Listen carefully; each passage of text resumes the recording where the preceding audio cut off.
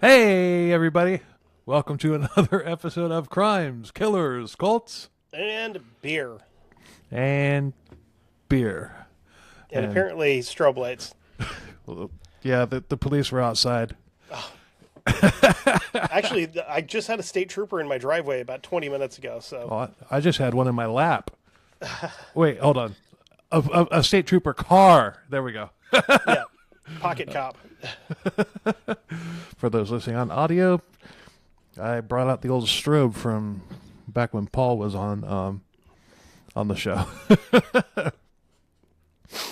But anyway, this is part 2 of Ken and Barbie Killers. Paul, Bernardo, and Karla Homolka. And I'm Bill, and I'm joined by Kevin Carlton, the host of the amazing history podcast known as History Goon, which you can find on all platforms and on YouTube. Yeah, for sure. So what's going on there, Kevin? Oh, not much. Finally warmed up a little bit here in the Great White North, and it's not... we hit 78 yesterday, 68 today, and then Monday they're saying like 35. Oh, damn. Actually, we're supposed to right. get a temperature drop on Monday as well, which means it will probably be like 65 degrees in the morning. That's miserable. Oh, yeah, it definitely is. Ugh, So must be rough. anyway, let's go ahead and get this artwork off of here. Yeah, please. This guy is a douche. That's funny. That's It actually, is, but yeah, God, he sucks. he does suck. Anyway, you notice the T-shirt I'm wearing. Got an Iron Maiden shirt on. There's a reason for that. Okay. They were actually inducted into the Rock and Roll Hall of Fame. Oh, that took long enough. Yeah, but so I'm, wearing my good old trusty Maiden shirt that I got at one of their concerts. It only cost me a modest $50. Oh, God. No, it wasn't. It wasn't that much, but I forgot how expensive concert shirts are, though. I spent, the last concert I went to was Dropkick Murphys and Flogging Molly, and I bought a shirt of each, and it cost me $90. They're $45 a piece. Yeah. So But I'm saving up for the Sabaton shirt this time, so. I still haven't got my tickets yet. Damn it! But I'm wearing my fucking Japanese-style Cthulhu shirt, which... There you go. I like, except for the fact that the artwork is basically a giant sticker on the shirt. So Yeah. listen. You hear it? Yep. I heard that under my fucking flannel all day today, and it was driving me insane. So Crazy enough to kill. But Iron Maiden, in November when they do the actual induction ceremony, they're going to be in Australia touring, That makes sense. and they've already said, the show must go on. Yeah, we have money to make. We have fans to deliver to. Exactly. So, yeah, hats off to them for that, because that's just awesome. What they should do is send Blaze Bailey and Dennis Stratton there, 2 former members, to accept the award for them. That's what they should do. Yeah, that could work. And then they could be like, you know what, Iron Maiden doesn't care about this stupid shit. And quite frankly, neither do we. Just fucking spike it. Yeah. But You guys put Coolio in here. Fuck you. Bam. well, there were some deserving people on this year's ballot. Actually, is he in there? Phil Collins. Okay, yeah, that's fine. That's fine. Billy Idol. Yeah. I can. Yeah. More deserving than some of the people in there. Yeah. I mean, this year's ticket was pretty good. Okay, let's see. So just a quick Google search. So for some hip hop artists that are in there, we have Run DMC. I'm fine with that. Yeah. Grandmaster Flash and the Furious Five. I'm okay with that.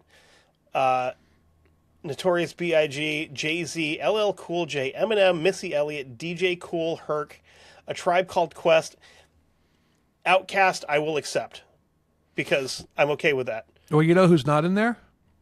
NWA's in there too. You know who's not in there? Young Hype, a.k.a. Deadly Innocent guy. Oh, this fucking guy. I'm glad he's not in there. I'm glad he's not in there. I hate him. Yeah. You like my segue? God, no, I didn't, Bill, because I don't like anything about this piece of shit. Yeah, we got fuck him and fuck his dumb haircut.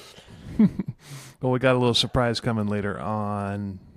So right out of the gate, put a knife in that. But tonight we're concluding the two-part series on the Ken and Barbie killers. Last week we covered their early years, Paul's run as the notorious Scarborough rapist. We covered how the pair met, their first murder, who was Karla's sister. Which was really gross. Which was really hideously disgusting. And the deadly duo's wedding. And regarding the wedding, I forgot to say in part one, put a knife in that. In this episode, we're covering the murders of Leslie Mahaffey and Kristen French, the investigation, the trial, and all the blunders there, as well as Paul's delusions that he could be a good rapper. So you guys ready? Oh, God. Yeah, I guess. All right, let's do it! Yay. June 14th, 1991, right out of the gate with a date. Yeah, that's always a good sign. Well, I mean, kind of has to if you've got a two-part episode. That's true, yeah. So, 14-year-old Leslie Mahaffey disappeared. She was a popular girl, lots of friends. She was born July 5th, 1976, and she was... Smile that lit up the room. We know. she was in the 9th grade at M.M. Robinson High. She had a younger brother, Brian, and her father, an oceanographer. Away a lot because of his job throughout her childhood. Obviously, you're not going to find very many oceans in Ontario. No, you got to go to like the Maritimes for that, or right. British Columbia. Her mother was a teacher. She wasn't close with her parents, but they were loving parents, so we're not talking about an abusive situation here. Right. But she would take off from time to time. But she was always stay in touch by calling Ryan, who she was close with, and she maintained her school attendance, and she always came home. Yeah, yeah. Except for this time. But on June 14th, 1991, she was at a memorial service for several classmates that had been killed in a car accident. After the service, she had gone to hang out with a few of her friends in the woods to party and have their own memorial service. Yep. At 11 o'clock that night, Leslie decided that it was time to go home, so she left her friend's house and started walking home. But by the time she got home, it was 2 a.m. and all the doors were locked. Oh, shit. Yeah, because when they would get into arguments, it would be that once, it's like, all right, you're not back by curfew, I'm locking the doors. Yep. You can find somewhere else to sleep for the night. Yeah. But she didn't want to wake her parents because, that would have caused a knockdown drag out. Yep. But she told the friend that was with her not to worry, she'd find a way in. So then the friend left. So she had gotten walked home. Right, okay. Leslie then went to a phone booth, called another friend, asked if she could come over because she was locked out. The friend said no, not being a dick or anything, just my parents wouldn't let me type of thing. And so they hung up, and that was the last anybody heard from Leslie. The next day, people started noticing that Leslie was missing. And the friend called her next day, and that was when the parents realized that something wasn't right. Her mother called the police. On June 18th, the missing persons report was filed. She wanted Leslie found and arrested as a runaway. Oh, yeah, that'd be my concern if my child was missing. Right. Arrest them. It's usually the other way around in these types of cases. It's usually the cops saying, she just ran away. Yeah. It'll be fine, eh? Don't know what you're talking about. It's going to be okay. What had really happened was that Paul Bernardo had been on the street that Mahaffey lived in that night. He was trying to steal license plates off of cars. Why steal license plates? I'm just seriously asking because, you can't exactly sell them. No, but you can put them on your car when you're out cruising for prostitutes that you're going to kidnap and murder. So if you see a car with this plate, and then, oh, well, I don't know what you're talking about, officer. These are my plates. They obviously don't match the ones you were just talking about. Oh. Bank robberies, they do it all the time. So. It's easier than stealing a whole ass car. Young Hype walked down the street looking for some plates to steal. God, please don't. I fucking hate this guy. But Paul, who was flying solo that night, saw Leslie outside her house and started talking to her. He told her that he was trying to break into the house next door and offered her a cigarette. The fuck? And where were the smokes? Take a guess. Oh, they're in the car. Of course. Yeah. Once Leslie was by the car, Paul attacked and took off his sweatshirt, and actually he had it wrapped around his waist.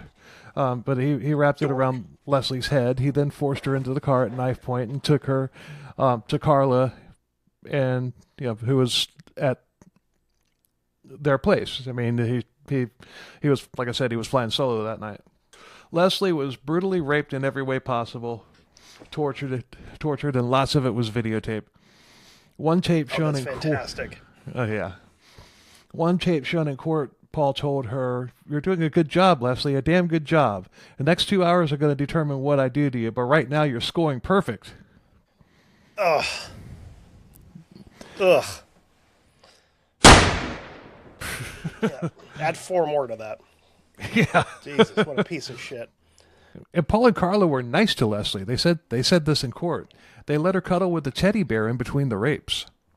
Oh, what a, that's just how white of you, Yeah. Just, wow. Like, all right, charges dismissed. I mean, Yeah. teddy bear. I mean, that's above and beyond right there. Wild.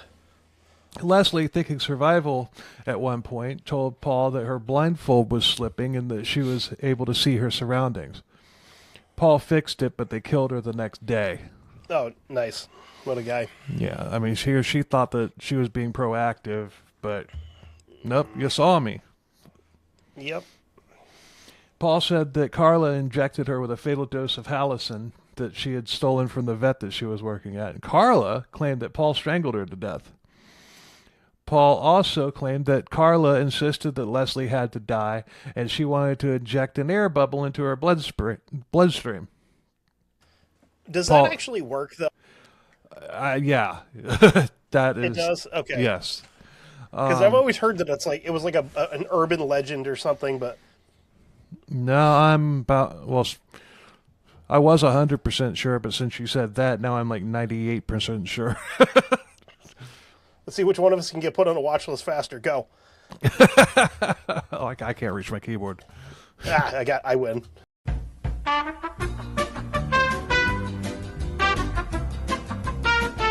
With large amounts of air, typically 50 to 100 plus milliliters, it can cause a fatal embolism.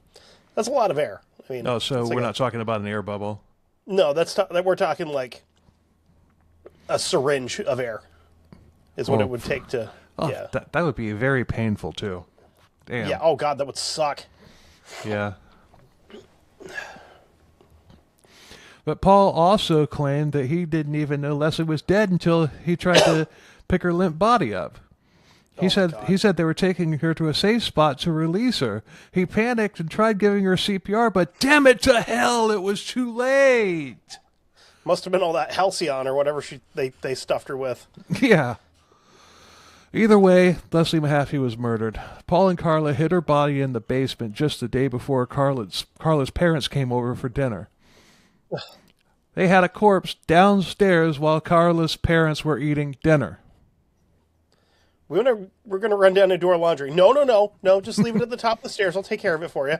Yeah. You did my laundry the whole time I was a kid. I can do it for you once. Yeah, right? After the parents left, Paul and Karla decided to dismember Leslie's body. And what do you think they did? Take a guess. They're dismembering her. I'm going to guess probably a chainsaw. Circular. Oh, circular saw. Okay.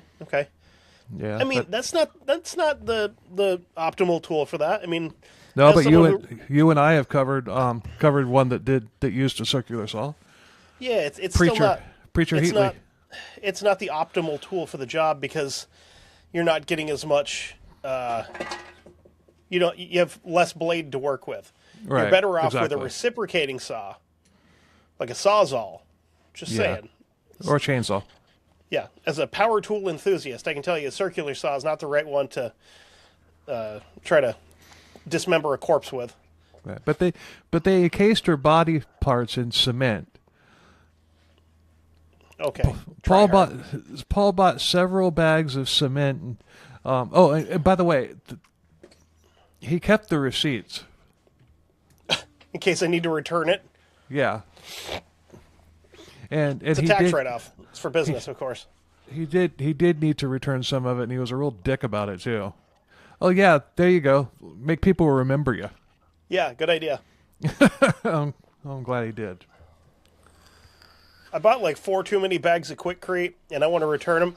I can't return them? What the fuck do you mean I can't return them? I'm going to kill you. You told me that there would that would be enough for my deck.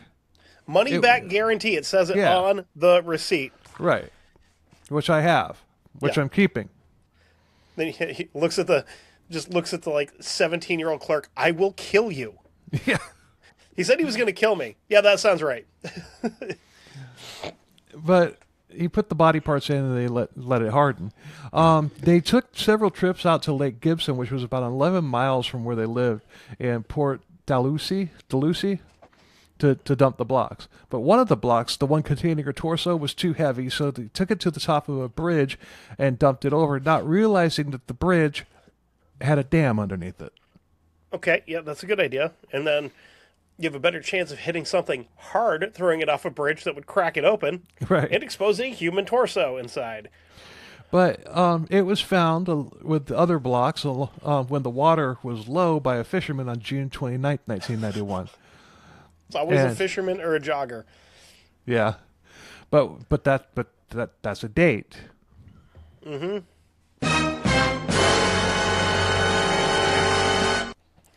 What was that date? Take a guess. Oh, it was the day they were arrested. Nope. No? It was the date of their wedding. Oh, happy anniversary. They found that they were actually getting their married. actual wedding day. Yeah. Oh. So they're getting married, and one of their victims is discovered. That's gotta be a little stressful, you know. Already kind of a big day. And then all of a sudden you start hearing stuff on the news. Paul and Karla's very lavish, extravagant, expensive, and very well attended wedding day. Yay! Mm-hmm. Karla's relatives told her that she was so lucky to have found such a great man.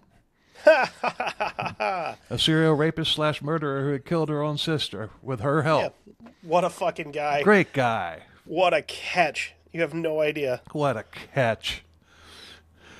There's video of everything as usual. The lovely couple took their honeymoon in Maui, where the pair allegedly raped yet another woman on their honeymoon in Maui. May as well. You know, you're there. Yeah, you're there. I mean, damn, what are we going to do here? I mean, yeah, it can get boring out in Maui. Might as well just grab somebody and rape her. To do there. Once the blocks were examined, it didn't take them too long to identify the body because Leslie wore braces. And this freaked everybody out in the town. And someone had not only murdered an innocent girl, but this person had dismembered the body. And this was the worst murder that town had ever seen. And this was after all of the Scarborough rapes. Mm.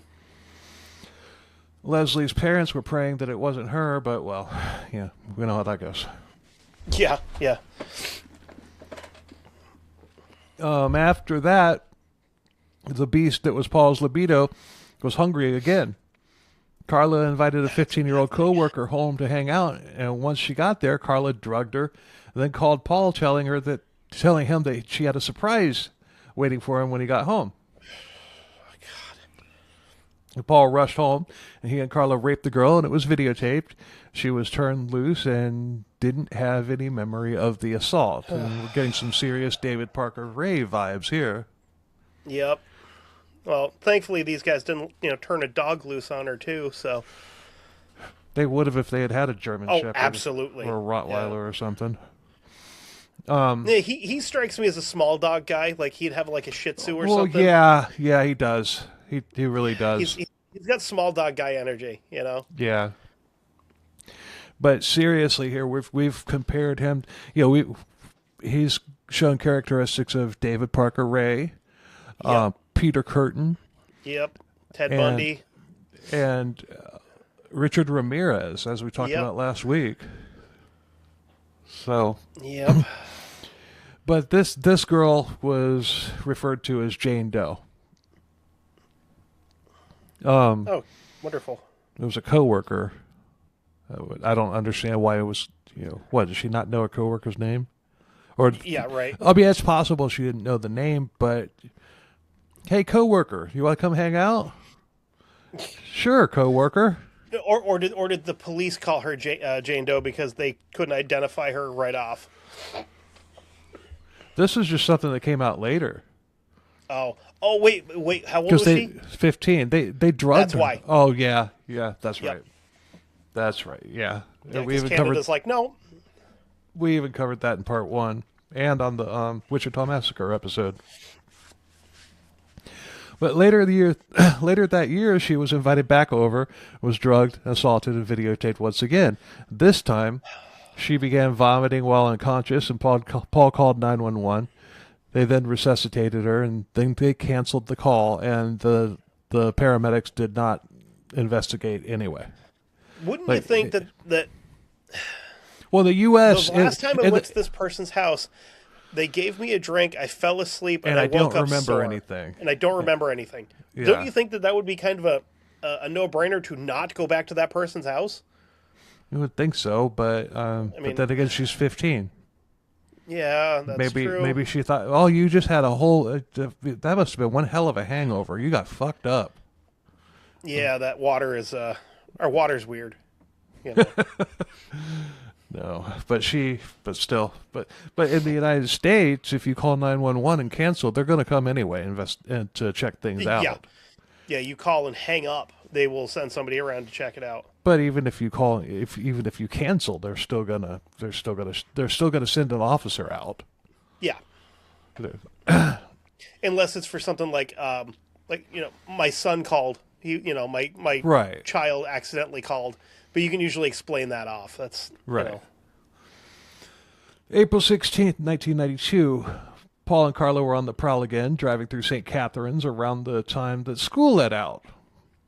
Fantastic. They passed Holy Cross Secondary School, where they saw 15-year-old Kristen French walking alone. Kristen was born May 10th, 1976. She was the second of 2 girls and 1 boy born to Doug and Donna French. She was part of a championship precision ice skating team that had won several medals, as well as a member of the rowing team at Holy Cross Catholic Secondary School. Real winner, literally. Yeah, like an actual good kid. Yeah. And like we've said before, it's never a scumbag or like some asshole that gets wrangled up by a serial killer. It's always like a super nice, good person that has a bright future ahead of them. Yeah, I mean, we're one of these days I'm going to find a story where, that guy, he was actually, you know what, Ron Dominique. Well, I mean, there's another guy you could probably actually get on as a guest that kind of did something like this. Jukovic. Yeah. Yeah. No. Ron Dominique, the Bayou Strangler, the Louisiana serial killer, the one who I had the misfortune of meeting. Right. Episode 37. One of the people that he killed was a child molester, and he killed one of the 23 people that he killed deserved to die. Right. But Paul's deadly innocence began tingling. They pulled into a parking lot nearby, and Karla got out of the car and spread out a map on the trunk, pretending to be looking at it. She flagged Kristen down, asking for her help, saying that she was lost. Kristen approached the car, and as soon as she walked up, Paul pounced from behind and forced Kristen into the front passenger seat at knife point. And there's your Ted Bundy angle. Yep. Literally the same thing. Karla jumped into the back seat, and Paul drove off. Karla grabbed Kristen's hair and pulled her head tight up against the headrest so she couldn't move. And when Kristen didn't come home from school, her parents believed that something had happened to her because she wasn't the type that would just take off. Yeah. They called police, and within 24 hours, the police had assembled a search team, and that scoured her route to and from school and everywhere else that she could have gone. They found several people who had witnessed Kristen get abducted. Not once. Well, not one of these people decided to call it in. Of course not, because it's not my business. Right.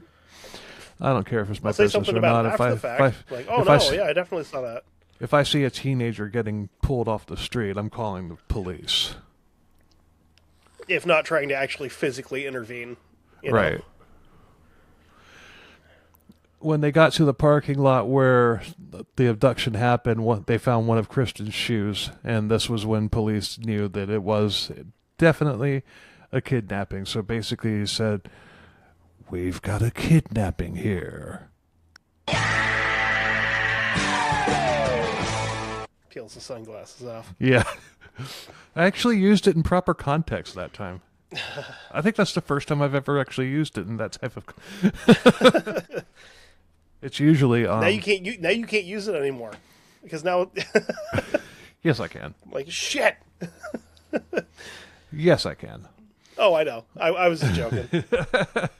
But this was leading up to Easter weekend, while families were videotaping their kids hunting for Easter eggs and enjoying celebration, Kristen French was being videotaped by Paul Bernardo and Karla Homolka. During the weekend, they forced her to drink large amounts of alcohol. Paul raped her repeatedly. Karla videotaped the rapes, and let's just say he was thorough. Great. 3 days of torture. But in court it came out that Kristen was a frickin' badass. They never broke her. Good. She gave Paul and Karla hell the entire time, being a pain in their asses, not cooperating, verbally degrading them. For example, she said to Paul, Some things aren't worth dying for. I don't know how your wife can stand being around you." Ooh, ooh, ooh. Oh man. But Kristen had never been blindfolded, and she'd easily be able to identify them. On Easter Sunday, they killed her, and then went to Easter dinner at Karla's parents' house. Of course, you have to keep up appearances, and yeah, family dinner's important. Yeah, Yeah.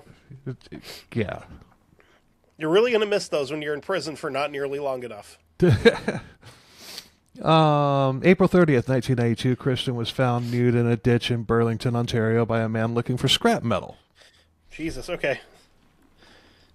Concerned me for a second when you said Burlington, and I was like, whoa, they came a little ways, huh? Crossed the border with a corpse? That's interesting. Burlington's about 45 minutes from St. Catharines, and it was about a mile to the cemetery where Leslie Mahaffey was buried. Jeez. And her murder was obviously still unsolved at this point. Kristen's body had been cleaned, but it was obvious that she had been violently raped and her hair had been cut off. Not as a trophy, but to make it harder to identify. But oh, okay. I mean, she still had fingerprints, though, so we're not exactly talking about Correct. a criminal mastermind here. But then again, if it's decomposed, I'm not going to have any fingerprints. True. But for 2 weeks, Kristen's parents, Doug and Donna, refused to let Karen slip away. They were in front of news cameras repeating. I really hate when families do this. I mean, I'm not saying I hate the fact that they're doing it. I just hate that what they have to go through, because yeah, with each day it gets worse. But they're not giving up faith they're not giving up hope, and they're hoping there's a logical explanation for all of it and everything. And it's just and of course the media doesn't care that this person's missing. They care about their ratings, and they are getting ratings because we have a missing child. Yep. If it bleeds, it leads. Very old Yep. adage for the media and their, But they were making pleas to whoever had her, begging them to let Kristen go home, and they had faith that Kristen was still alive. But it's almost like you got my notes in front of you. They had faith that Kristen was still alive, but these news crews, they actually filmed the police showing up at the French house to deliver the bad news. Yeah. But Why police can't they show up at his house and stab him to death? Right. The cops aren't allowed to do that. Never mind. But police knew that this Lame. puke was still out there and that he would probably kill again. And this was when the task force was put together. They were operating on the assumption that both of these two dead girls could be the victims of the same person. Both of them had been physically assaulted, raped, strangled to death, bruises on their necks and backs, which looked like knees had been, knee marks on their back, like we talked about. And they were dumped less than an hour apart in Burlington and St. Catharines. A TV station began releasing information in cooperation with the police in a way to communicate with the killer. A reporter asked a detective, if the killer is watching now, what would you say to him? To which the detective replied, "We're going to catch you. It's just the question of when." But Paul was watching, and he rapped about it. He wanted to be the next Vanilla Ice, but with some real street cred because he was the real Canadian deal. Okay, this guy's reminding me of either Snow or J-Rock from Trailer Park Boys. Snow? You mean Informer? Look up way down. That one? Except both those guys are way cooler than this turd. Well, Yeah. Snow actually did. Snow actually was legit, but it was too soon after Vanilla Ice, so nobody took him True. seriously. But Paul had And a little. anybody that doesn't understand the other reference I made there, J-Rock is the white rapper from Trailer Park Boys, who's actually really impressively good for an actor. Very good rapper. He had a music room in the house where he would literally sample music by other people and just rap over it and try to pass it off as his. So if you heard one of his songs, all you would hear, the music that you heard, it might have been Van Halen, it might have been Seal, it might have been anybody. Any instrumental part that he liked, he would grab it and use it. But he had a name for He is J-Rock. He's just sampling shit without permission. He had a name for himself. It was Young Hype. It wasn't Deadly Innocence that like a lot of people think. That was the name of the song. But in a CKCB exclusive, I've obtained a crappy studio recording of Paul rapping his song "Deadly Innocent Guy," and I mean, we're going to comment over it, but at the end of it, if you want to hear it unobstructed, I'll play the entire thing as an outro instead of the normal, which is the normal outro, which is from my song "Dark Passenger," which is available on Spotify, Amazon, YouTube, and wherever you get your music from. Hit that money button. So here, right now, is "Deadly Innocent Guy" by Young Hype. I've never heard this before, and I want to apologize in advance to everybody that's about to be subjected to this. Oh, and I asked it. And he's not lying because when I got it, I asked him if he wanted me to send it to him. He's like, "No, I want to be I want to be horrified for real." Yep. So you want a real reaction, you're going to get a real reaction. Now he's talking. He's telling you about it in the beginning, and then the song starts. Here we go. All right, all y'all, check this out. Okay, this is an original composition by me. It's got complex music structure, musically.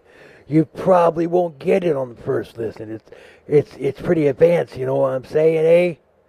Not everybody's gonna understand it, eh? But that's fine. Everybody will know it. This is the title track from my soon-to-be double platinum album, eh? Deadly Innocence. It's the title track, which means it's the name of the song and also the name of the album. Hit it. We get it.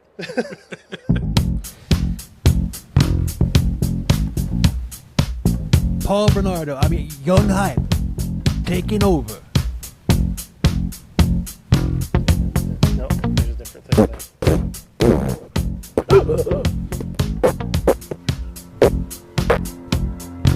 Let's kick it, eh? Young Hype chilling down the street, looking for a soul to steal. Got that he-be mysterious vibe, I be practicing still. Ladies, they don't know they want me, I'm the new king in town. Out of the doorway the bullets rip, Young Hype ain't never going down. I'm the deadly innocent guy. I'm the deadly innocent guy. Never there, God, no, never, never, why? I'm a deadly innocent guy. Hey, I'm gonna get you too. I'm the deadly innocent guy.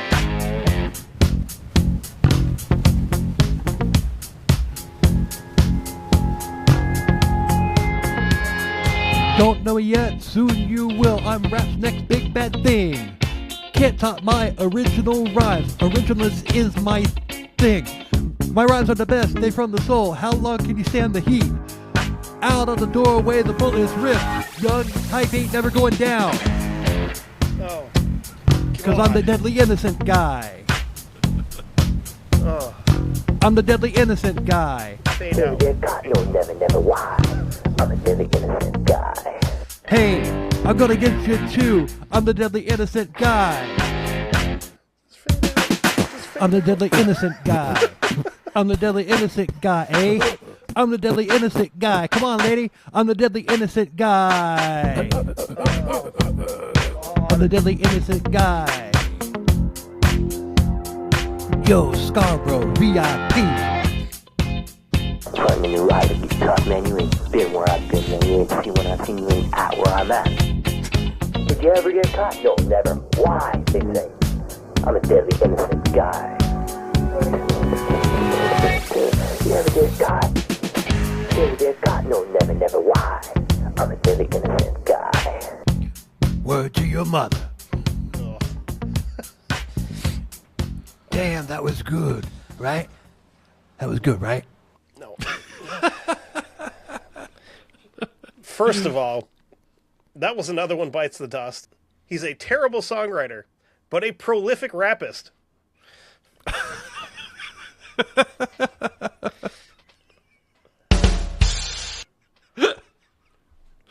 And yes, I changed it because I was going to say he's a terrible songwriter, prolific rapist, but I figured rapist would be a little bit funnier.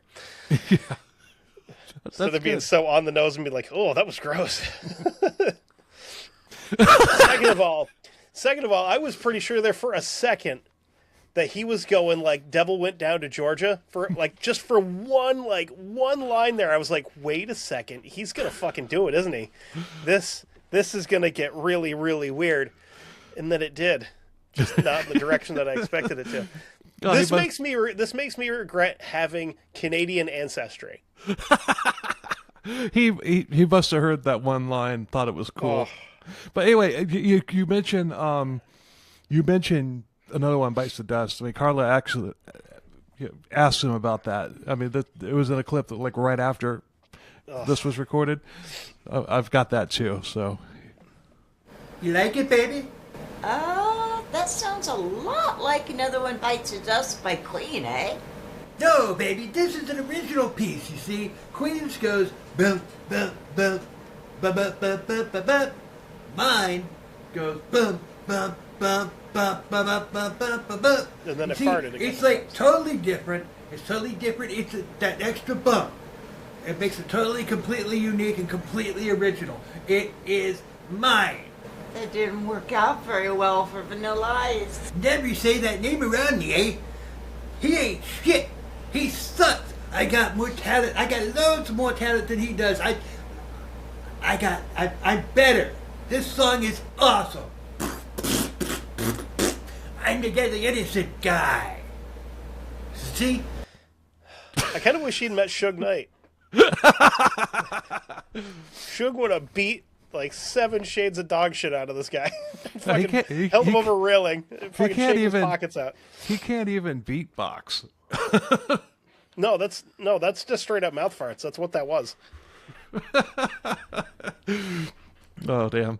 You know, I was wondering, it's like, I think we all know a guy like, you know, like, I mean, not like a serial killer / rapist or anything like that, but that wannabe rapper that thinks that you don't see metal musicians going, oh, check out my lyrics. You take my life, but I'll take yours too. You fire a musket, but I'll run you through. You don't hear that. But these wannabe rappers, they always want to come up and sing their little freaking rhyme to you. Like him, it's like, ain't never gonna get caught, and I'll never why. I'm a deadly innocent guy. No, everybody in a rock / metal band that I've ever met is more likely to just make guitar noises with their mouth at you. Yeah. Like, it's like this. Like, like, yeah, sure. Okay, great. It's great. I love it. Or drummers. They just always seem like they're on cocaine. But, you know. And I say that having a friend that was a drummer for a while. It's like, yeah. It's just the energy. You know, they're like they're just fucking wired constantly. How many singers does it take to screw in a light bulb? None. They usually just make somebody. I don't know. Just one, but the entire world has to rotate around him in order for it to happen.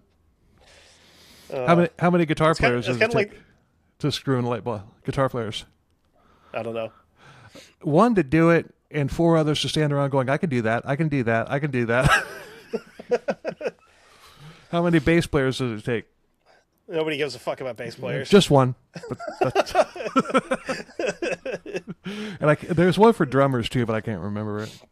Yeah, our research team rocks for finding that. But remember when I said that Paul was questioned as a person of interest?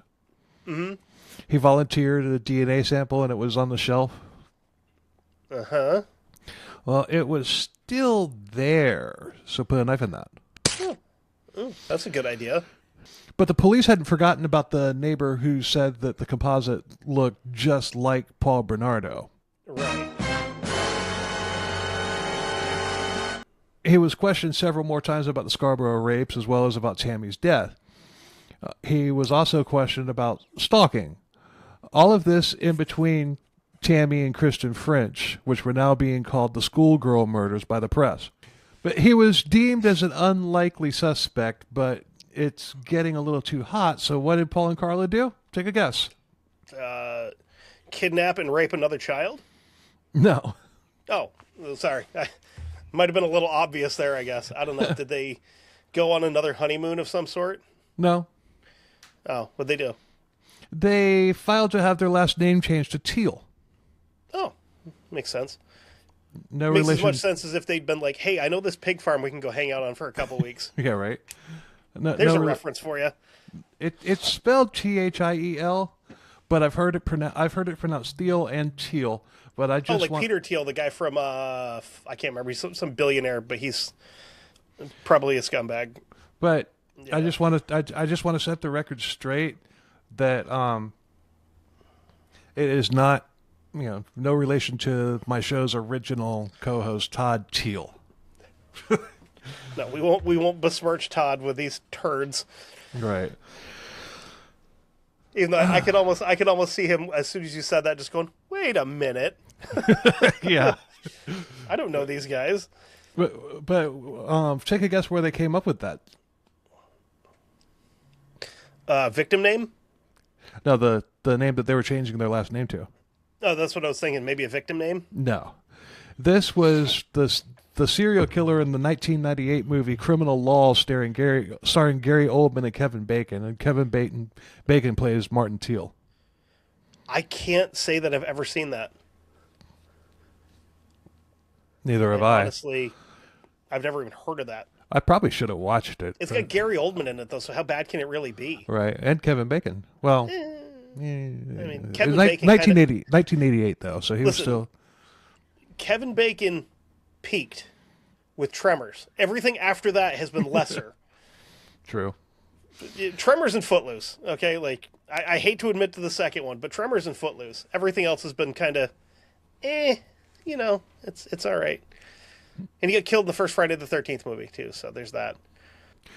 But at the end of May 1992, a friend of Paul reported him to police as a possible suspect in the murders. And later that year, in December, the Center of Forensic Scientists retested the DNA that Paul had submitted.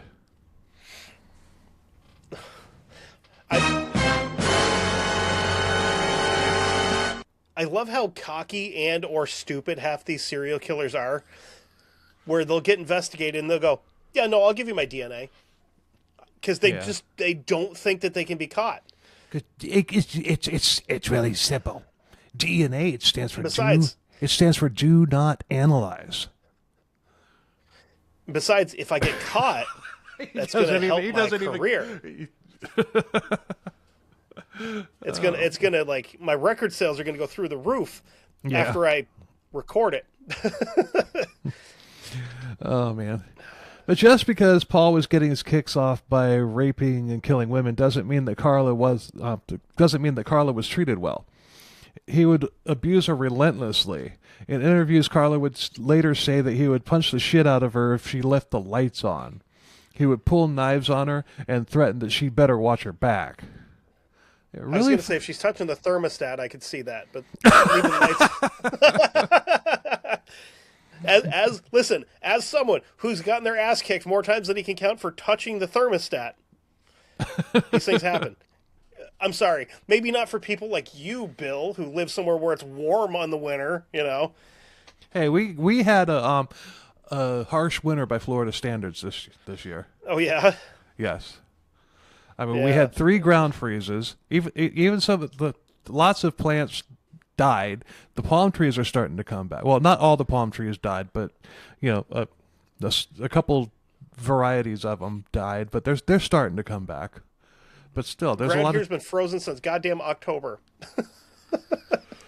Well, the way I look at it, the 3 ground freezes that we had means the bugs probably won't be nearly as bad this summer. You would be surprised because mosquito eggs can live through a lot. I'm not talking about mosquitoes. Oh.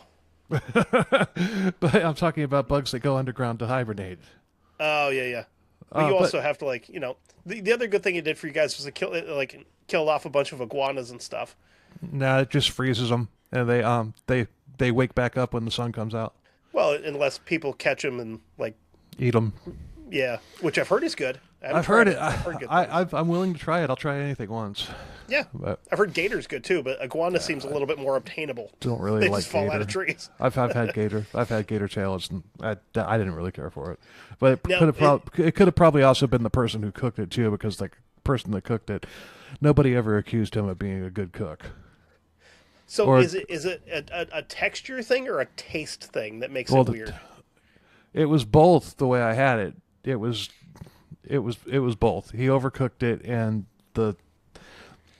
he believed in those seasoning, those cheap seasoning things that you can get for $1 and stuff like that. And yeah, no, if you're gonna season it, you gotta season it right. I mean, and yes, we're both white, but we both season our food. I promise. He deep fried it, and it just wasn't good. But then again, then again, I had COVID when I tried it, so that might have had something to do with that. You know what? Maybe that's why it didn't really taste all that good to me. But I'm a big texture guy. If something's got a weird texture, I'm not going to eat it again. Oh, same here. Like calamari, no. Yeah, it's like eating fucking rubber bands. I'm good. But on December 27th, 1992, Paul severely beat Karla with a flashlight. He beat her so bad that she had to go to the ER, but she said that she had been in a car accident. Her co-workers didn't buy it, and they contacted Karla's parents, and when she returned to work in January of 1993. Her parents basically then kidnapped Karla from the house. I mean, not literally. I mean, Karla wanted to get out. It was more like an intervention and a rescue. But But Karla ran back into the house, tearing it apart, looking for something that she never found. You want to say it or should I? Oh, you go for it. Put a knife in that. Yeah. Karla's parents took her to St. Catherine's General Hospital, and a doctor said it was the worst case of spouse abuse that he had ever seen. And you could find pictures online. Both of her eyes are dark black. She was covered in bruises. She said that she was afraid that Paul would kill her. And there, the police were called, and Karla pressed charges on Paul for domestic abuse. He was arrested, but released on his own recognizance. And Karla moved in with an aunt and uncle. And at this point, Karla was completely done with Paul.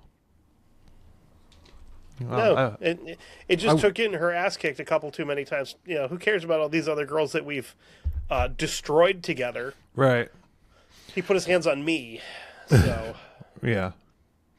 Later that month, the results from Paul's DNA sample came back. Almost 2.5 years after Paul submitted the sample, and it matched the samples from the Scarborough rapist samples, and Paul was put under 24 hours surveillance. Mm-hmm. But police still wanted to talk to Karla. They asked her if she knew anything about the Scarborough rapes. And according to Karla, Paul first told her that he was the Scarborough rapist at their wedding, of all places. Oh, my God. Yeah, because I'm sure that was the first time she knew about it. Yeah, right? She's just juicing the story up. Yeah. They asked her... make herself sound way less involved than she actually is. Yeah. But they then asked her if Paul had a thing for schoolgirls, and even asked if she had ever been in the parking lot of Grace Lutheran Church where Kristen Fritz was kidnapped. Mm. During the interview, Karla held it together and kept the focus on Paul's abuse on her. But after the police left, Karla broke down to her aunt and uncle, saying that the police knew everything and admitting to them that Paul was the Scarborough rapist. Okay. She also admitted to them that she and Paul were both involved in the rapes and murders of French and Mahaffey, and that they had filmed the crimes. So police knew, she knew that the police had Paul in their sights, and she didn't want to go down with him. So what did she do? Take a guess. She fucking rolled on him. No, State's evidence. Not yet. Not yet. She did something else before that.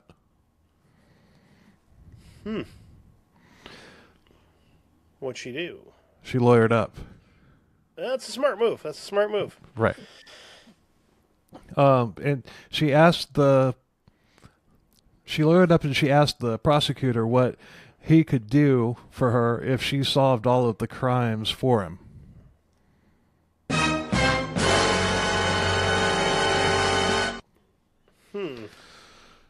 They already had him as the Scarborough rapist, but his own wife could get him for the 2 murders as well. You know, so blood was in the water, so to speak. Yeah. But the problem is, she could say all of this stuff, and then for some reason they could reconcile, and they have to throw everything out because testifying on your spouse is kind of a weird thing. Yeah, but this is a plea deal. True. That's true. Because of Paul being tied closely to Tammy Homolka, the case was reopened. Karla's attorney wanted immunity in exchange for her testifying against Paul. They knew about the videotapes. Full immunity wasn't possible because of her involvement, so a plea deal was the best they could do. 10 years in prison on 2 counts of manslaughter, and if she didn't accept, they'd charge her with 2 counts of first-degree murder, among other things. Basically the same thing. They were going to charge her with the same thing they were going to charge Paul with. Right. February 17th, 1993, Paul was arrested on multiple charges. A limited search warrant was issued for the house, which said that nothing could be taken from the house, and any videotapes that they found had to be viewed in the house. That's not how that works. No, they're coming in with a search warrant. They're going to wreck your shit and take whatever they want. It's a really good defense attorney, if you ask me. Yeah. I mean, the only one that I've ever seen that actually work with was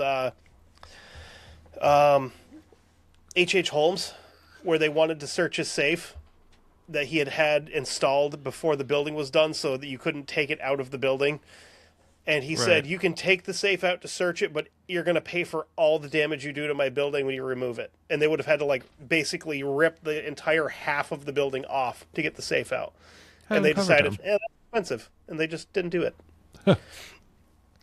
Only one videotape was found, and it had Karla performing oral sex on the co-worker victim that they assaulted twice, Jane Doe. Great. Well, she's unconscious, of course. Right. Paul told his lawyer that the tapes were hidden in a light fixture in one of the bathrooms. The attorney, Ken Murray, found the tapes and he hid them, and then he dropped Paul as a client. Oh, what a dick! What a dirtbag! Yeah. Ugh. Well, he probably. Well, I mean, he could. Well, yeah, you're right, dirtbag. Because I was going to say he could have watched the tapes and like, okay, fuck this guy. But at the same time, if he had watched then he would. If he was like that disgusted by him, he would have turned him over to the prosecution. Yeah, but that's just a scumbag thing to do. To like, oh no, I'll go hide evidence to keep you out of hot water. You know, it's like, what, are you one of these attorneys that only gets paid if you win? Like, you don't get that. Ugh, I don't like that at all. His new attorney, John Rosen, then turned the tapes over to police. The media began calling them the Ken and Barbie killers. Paul Bernardo has had 3 different media-given nicknames. Meanwhile, poor Dennis Rader had to suggest a list of names for him to the media. But he was also a fucking, whiner. The Garrote Phantom. Ugh. That's my favorite one just because of how corny it is. But there's a word that we used to use for that back in the 90s. Yeah, we can't say that. Don't make me. No. It's like, ugh.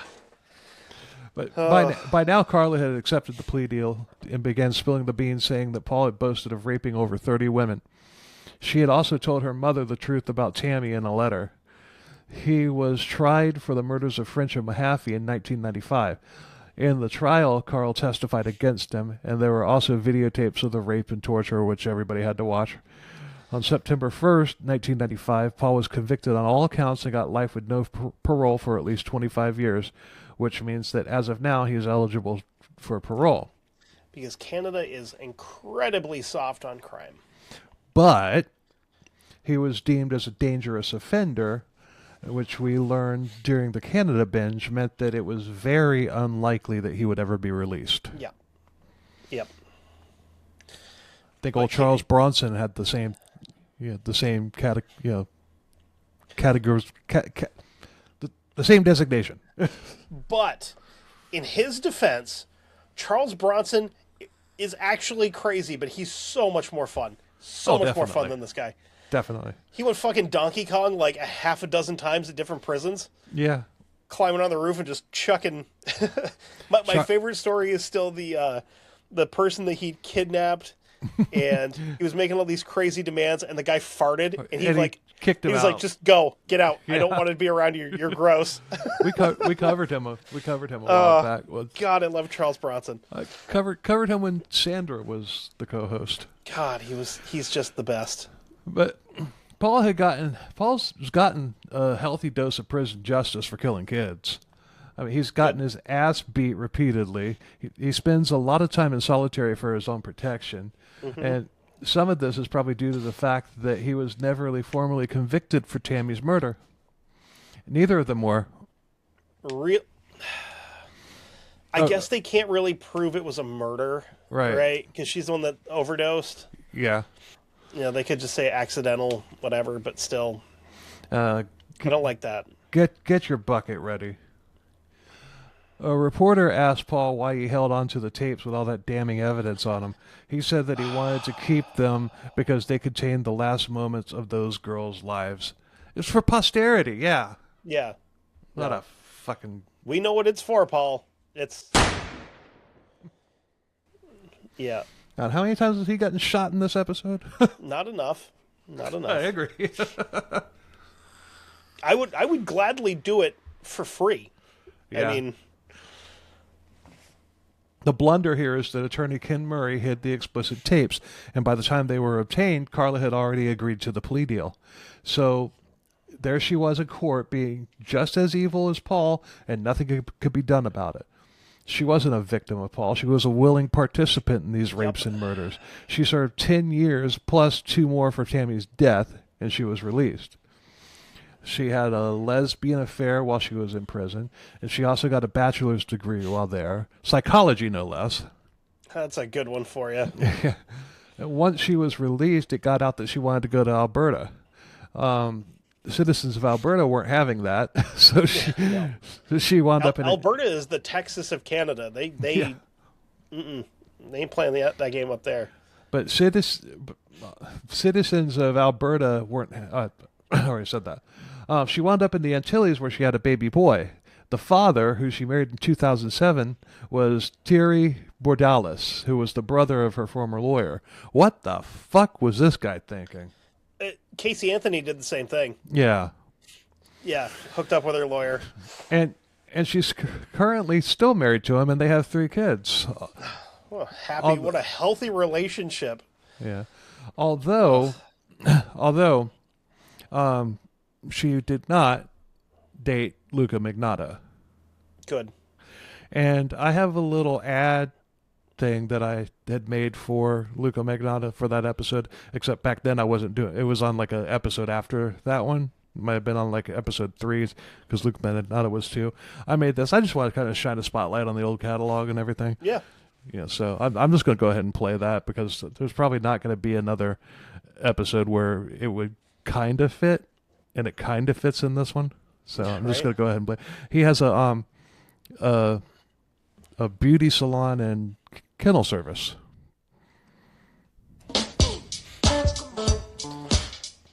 Hey, you less than average looking blokes out there, have you ever thought to yourselves that you'd like to be devastatingly good looking? Well, now you can. Kind of. At Luca Magnotta's Plastic Surgery and Beauty Salon, you too can get the looks that you've always wanted. Within reason. Using our patented plastic surgery procedures, we can make your bird chest into a huge Brahma bull barrel chest. And we can even turn your hair into a work of art by drilling extensions into your skull. But that's not all. If you act right now, I'll send you my free DVD that details all the ways that you can go from a pathetic-looking nobody to what I could have been if those reality show losers had realized a perfect specimen that had appeared before them. Also, it saves money if you don't use local anesthetic. So what do you have to lose? Call Luca Magnottic's Plastic Surgery and Beauty Salon today. Now we're offering cat kennel services at no extra charge. Results limited to not quite as devastatingly good looking as Luca Magnotta himself. Luca Magnotta's Plastic Surgery and Beauty Salon bears no responsibility if the client is arrested before treatment is completed. There's no money-back guarantee. Services are rendered on an as-is basis. Cat kennels may also include bathing and cohabitation with pythons. All kennels are vacuumed out daily with a made-in-USA quality-grade vacuum cleaner. That's another guy that I hate too. Yeah. Yeah, I've been doing crazy shit like that pretty much since day one. I hadn't heard that one in a long time because our listeners don't realize this, but I literally just uploaded it a few minutes ago because I wanted to add it. I hadn't heard that in several years. That's funny. That's funny. Oh God. But in 2014, Luca was 32 years old and Karla was 44, and she had been married to her husband for 7 years at that point. Yeah, and also he's I'm pretty sure he was gay, wasn't he? Yeah, but yeah, he was just trying. He was just trying to get a boost in the press by tying his name to hers. Nobody thought he was dating Karla. Like, I'm not dating Karla Homolka. They're like, yeah, we know, buddy, we know. She doesn't have the correct appendages. Yeah. She's assembled incorrectly for you. Yeah. Incompatibly. But that's it. That's all I got. Thanks for listening. Good riddance. Yeah, right. But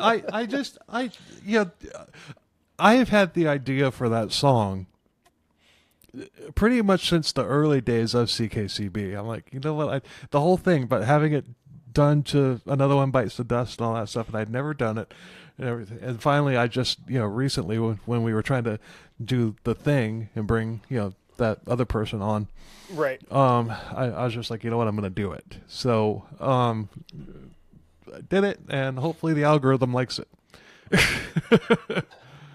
Or doesn't recognize it. I don't think it'll pick it up. Not. Because it's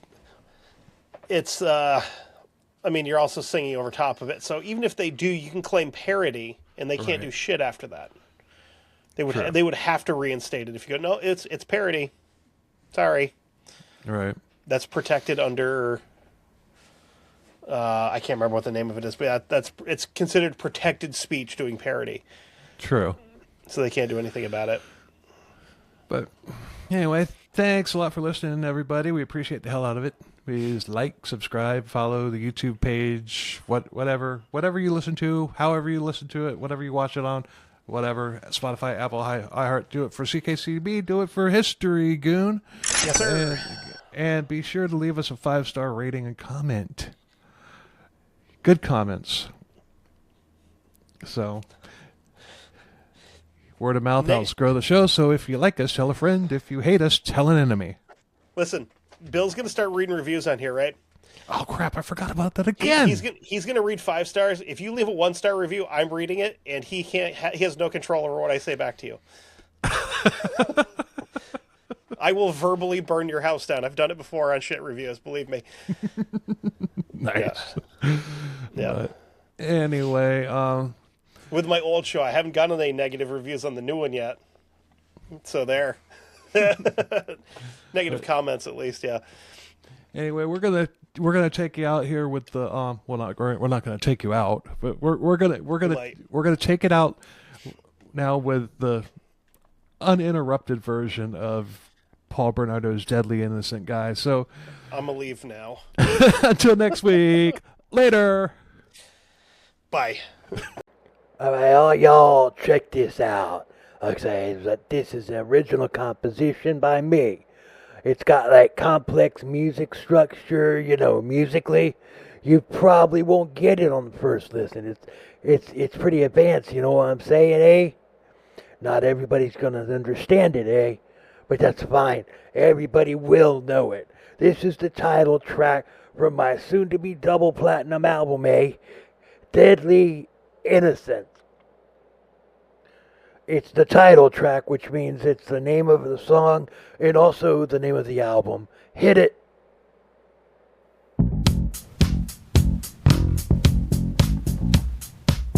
Paul Bernardo, Young Hype, taking over.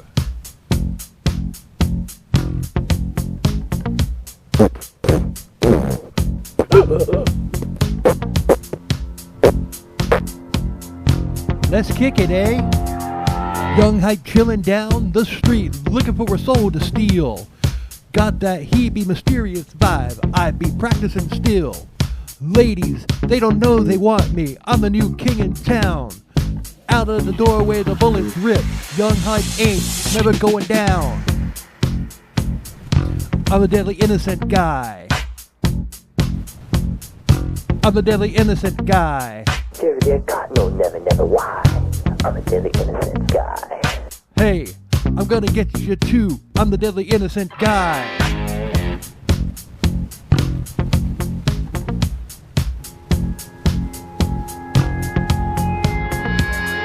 Don't know it yet, soon you will. I'm rap's next big bad thing. Can't top my original rhymes. Originalness is my thing. My rhymes are the best, they from the soul. How long can you stand the heat?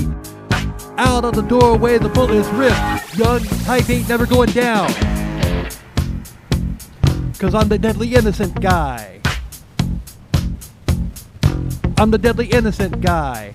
There got no never why. I'm a deadly innocent guy. Hey, I'm gonna get you too. I'm the deadly innocent guy. I'm the deadly innocent guy. I'm the deadly innocent guy, eh? I'm the deadly innocent guy. Come on, lady. I'm the deadly innocent guy. I'm the deadly innocent guy. Yo, Scarborough, VIP. Fun when you ride a guitar, man, you ain't been where I've been, man. You ain't seen what I've seen, you ain't at where I'm at. Did you ever get caught? No, never. Why, they say. I'm a deadly innocent guy. You ever get caught?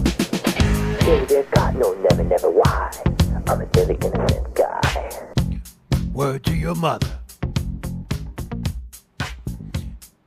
Damn, that was good, right? That was good, right? Oh, you still listening? Okay, well, here's the regular outro. See you next week.